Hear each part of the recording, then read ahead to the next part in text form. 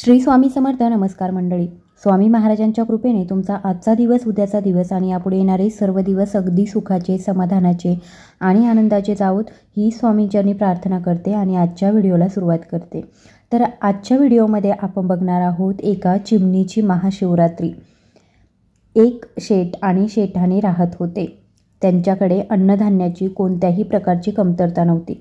परंतु शेठ आणि शेठाणी त्यांच्या आयुष्यात, जीवनात कोणत्याही प्रकारचे दानधर्म करत नव्हते. त्याचबरोबर त्यांनी त्यांच्या जीवनात कोणत्याही प्रकारचे धर्माचे, पुण्याचे कार्य केले नव्हते. त्यांनी कधीच कोणालाही दानदक्षिणा दिली नव्हती. त्यांच्या घरी कोणी खाणारासुद्धा नव्हता, म्हणजेच त्यांना संतानसुद्धा नव्हती. ज्या ठिकाणी शेठची हवेली होती त्याच ठिकाणी एक पिंपळाचं झाड होतं आणि त्या पिंपळाच्या झाडावर एक सुंदर अशी चिमणी राहत होती. चिमणीने त्या झाडावर तिचं घरटं बनवलं होतं. त्या चिमणीची 2 पिल्लं होती. चिमणी रोजच्या रोज त्या पिल्लांसाठी दाणे शोधण्यासाठी जात असे व नंतर घरट्यात येऊन पिल्लांना दाणे भरवत असे. चिमणी रोजच्या रोज नगरात जाऊन पिल्लांसाठी दाणे, पाणी शोधण्याचं काम करत असे. चिमणी शेठच्या हवेलीजवळ सुद्धा जात असे, परंतु तिथे तिला एकसुद्धा दाणा मिळत नसे. तेव्हा ती चिमणी विचार करायची की या नगरामध्ये सर्वात मोठं घर, सर्वात मोठी हवेली तर ह्याच शेठची आहे आणि हा खूप श्रीमंतसुद्धा आहे. परंतु तरीसुद्धा हा कधीच कोणाला कोणत्याही प्रकारचे दान करत नाही, कोणालाही भिक्षा देत नाही किंवा कोणत्याही प्रकारचे धर्माचे कार्य करत नाही. याने कोणत्याही प्रकारची मदत केली नाही. कोणत्याही असहाय्य व्यक्तीची मदत यांनी केली नाही. त्याचबरोबर कधीही पक्ष्यांना याने दाणेसुद्धा टाकले नाही. हा शेठ तर खूपच कंजूस आहे. एके दिवशी चिमणी तिच्या घरट्यातून उडून त्या शेठच्या हवेलीवर जाऊन बसते. तेव्हा तिथे शेठ आणि शेठाणी बोलत होते. शेठाणी बोलते, शेठजी, आपल्याकडे इतकी धनसंपत्ती आहे. सर्व नगरातील लोक आपल्याला शेठ म्हणतात.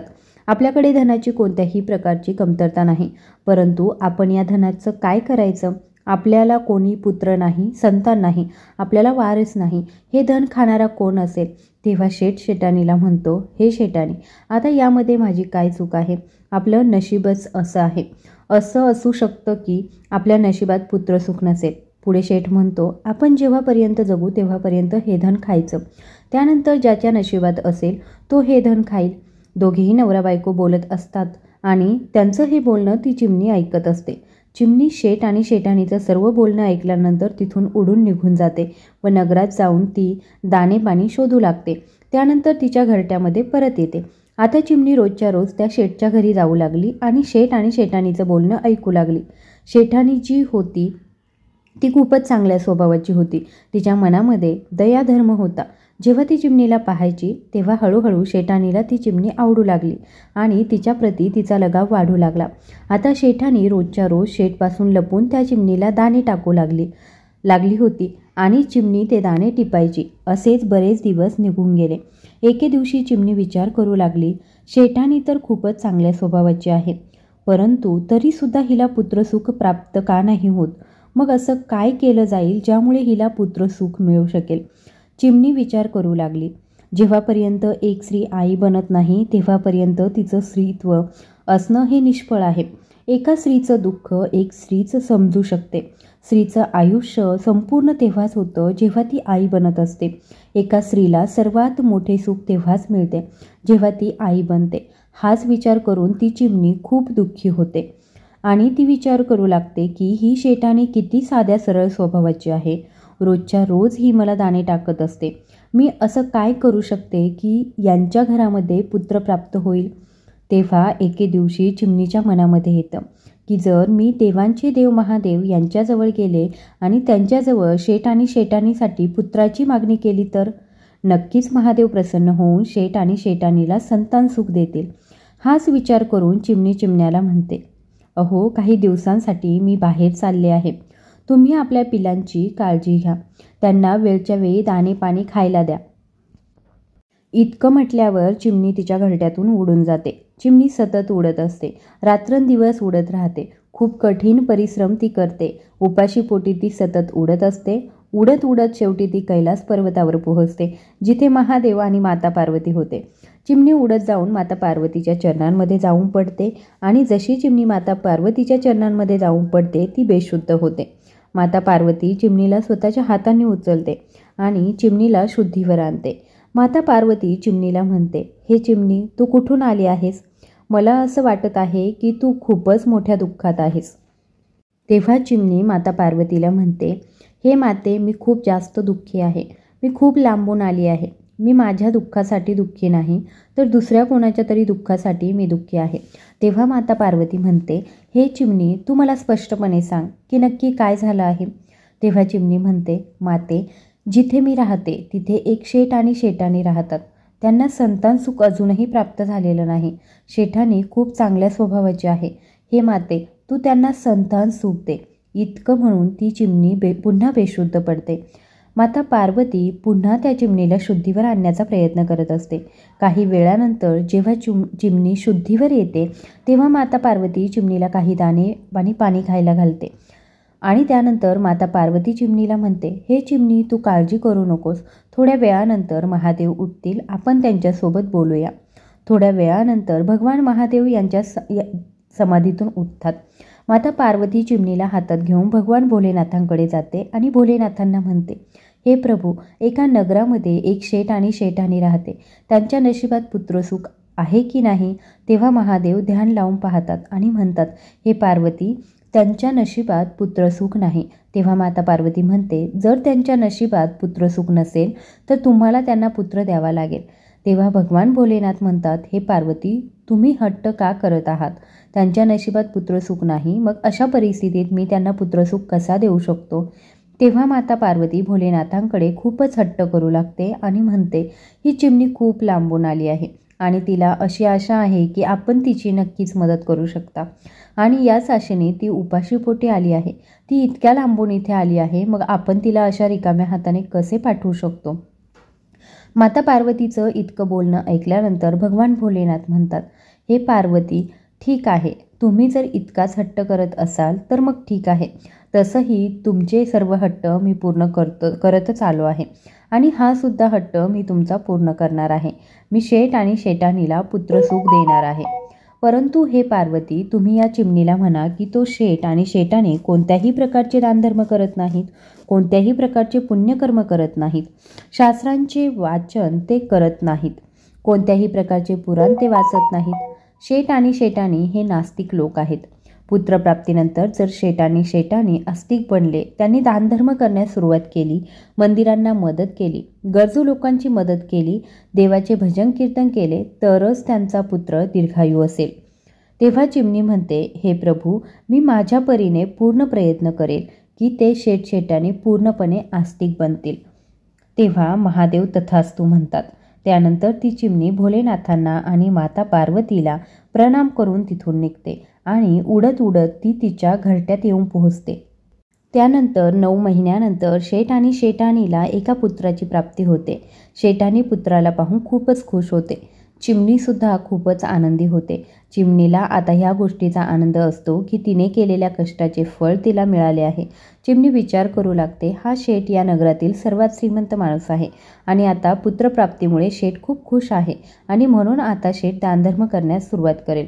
हळूहळू शेठचा मुलगा मोठा होतो आणि शेठला मुलगा होऊन एक महाशिवरात्र होऊन जाते. त्यानंतर दुसरी महाशिवरात्रसुद्धा होते. त्यानंतर तिसरी, त्यानंतर चौथीसुद्धा होऊन जाते. जेव्हा 5वी महाशिवरात्री येते तेव्हा ती चिमणी खूपच चिंतित होते.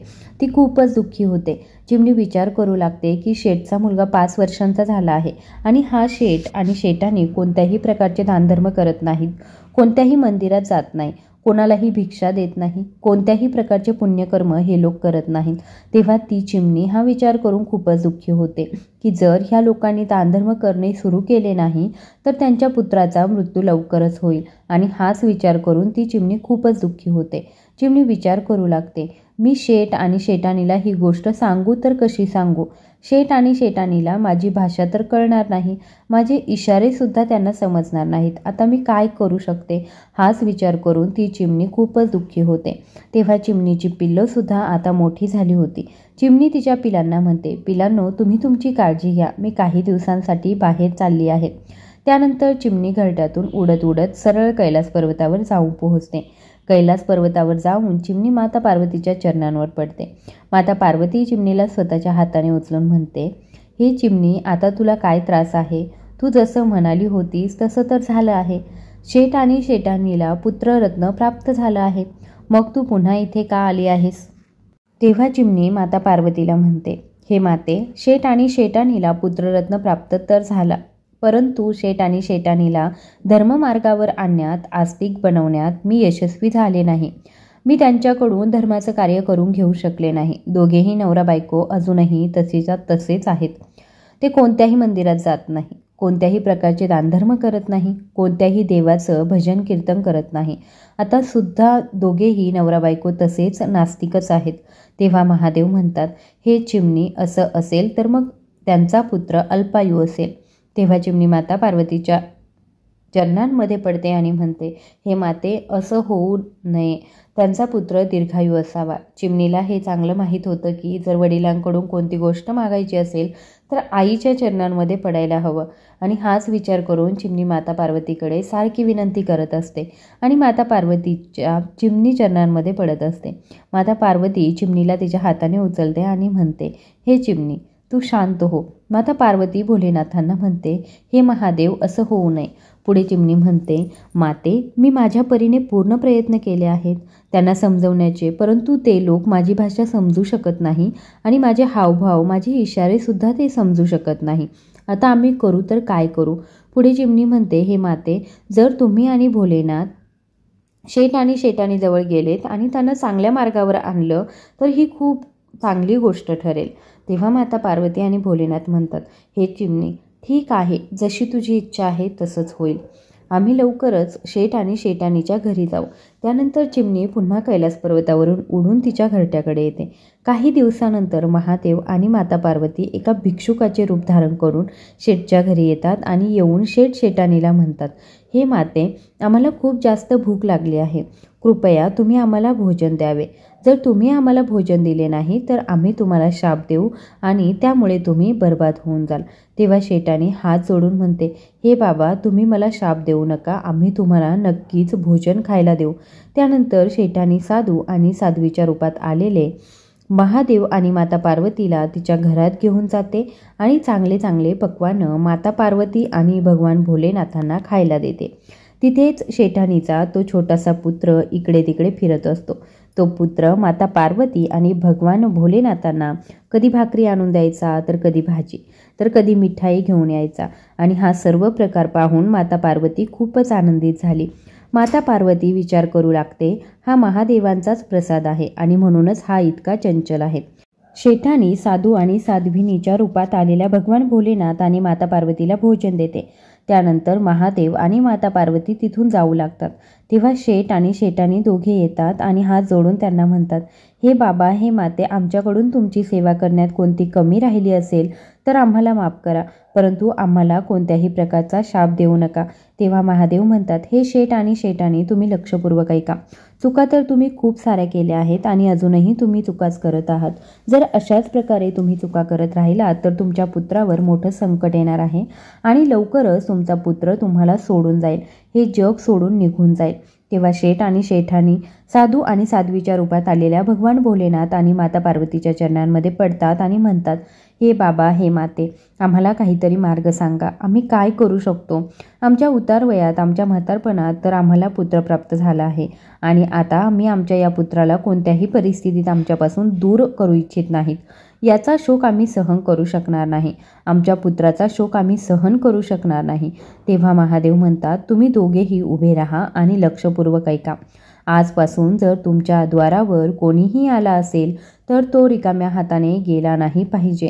तुम्ही दानधर्म करा, लोकांची मदत करा, प्राणीमात्रांची मदत करा, धर्माचे कार्य करा आणि महाशिवरात्रीचे व्रत करा, देवाची पूजा करा, देवाचे भजन कीर्तन करा. इतकं म्हणून महादेव शांत राहतात. दोघेही नवरा बायको पुन्हा महादेव आणि माता पार्वतीच्या चरणांमध्ये पडतात आणि म्हणतात, हे बाबा, हे माते, आम्ही असंच करू. त्यानंतर शेठ आणि शेठाणी यांना महादेव म्हणतात, तुमच्या घरामध्ये जो पुत्र खेळत आहे, जो पुत्र बागडत आहे, तो तुमच्या कर्मांमुळे तुम्हाला मिळाला नाही. तुमच्या नशिबात पुत्र नव्हताच मुळी. हा पुत्र तर एका चिमणीमुळे तुम्हाला मिळाला आहे. ज्या चिमणीने इथून उडून कैलास पर्वतावर जाऊन महादेव आणि माता पार्वतीला विनंती करून तुमच्यासाठी तिने पुत्र मागितला होता, हा तिच्याच विनंतीचा, तिच्याच परिश्रमाचं फळ आहे. ज्यामुळे तुमच्या घरामध्ये एक सुंदर असा पुत्र खेळत आहे. तेव्हा शेठ आणि शेटाणी म्हणतात, बाबा ती चिमणी कुठे आहे, कोणती आहे? तेव्हा ती चिमणी तिथे येते आणि माता पार्वतीच्या खांद्यावर बसते. आणि तोच दिवस महाशिवरात्रीचा होतो, ज्या दिवशी माता पार्वती आणि भगवान भोलेनाथ शेठ आणि शेठाणीच्या घरी आले होते.